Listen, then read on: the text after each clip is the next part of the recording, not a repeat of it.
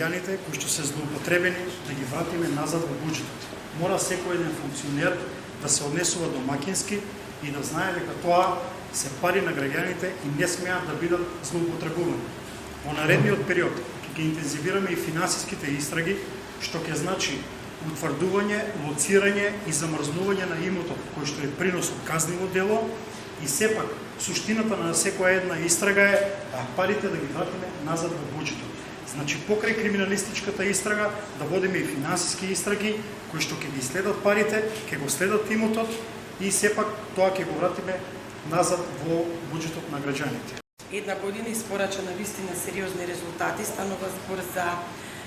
поднесени кривични пријави за штети на буџетот од над 1 милијарда денари, што е навистина сериозен износ и не може да се споредува со ниту еден период во минатото. Сакам да се заблагодарам на секој еден вработник во финансиската полиција кој неуморно и посветено работи и сакам да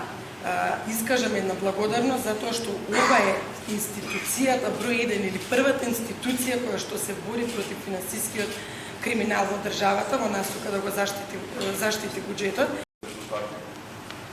Туку би сакал да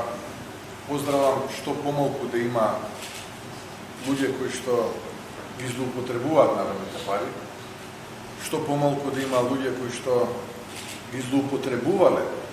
на народните пари, но за наша несреќа, а за среќа на граѓаните бидејќи дојде раководство и во Министерството за финансии и во